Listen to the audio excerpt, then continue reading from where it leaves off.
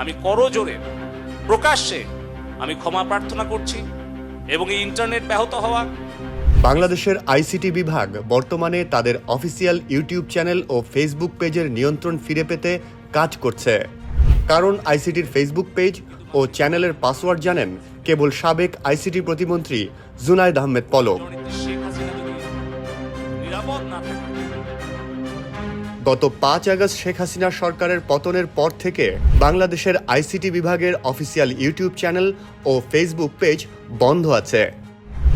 আজ মঙ্গলবার তথ্য ও যোগাযোগ প্রযুক্তি বিভাগের সচিব মোহাম্মদ শামসুল আরেফিন বলেন, আইসিটির চ্যানেল ও পেজ সাবেক তথ্য ও যোগাযোগ প্রযুক্তি প্রতিমন্ত্রী জুনায়েদ আহমেদ পলক ও তার ঘনিষ্ঠজনরা পরিচালনা ও নিয়ন্ত্রণ করতেন। দায়িত্বে আছি। আমরা এখন এগুলোর উদ্ধারের চেষ্টা করছি। গত 14 আগস্ট জুনায়েদ আহমেদ পলককে গ্রেপ্তার করা হয়। তার বিরুদ্ধে একটি হত্যা মামলা দায়ের করা হয়েছে।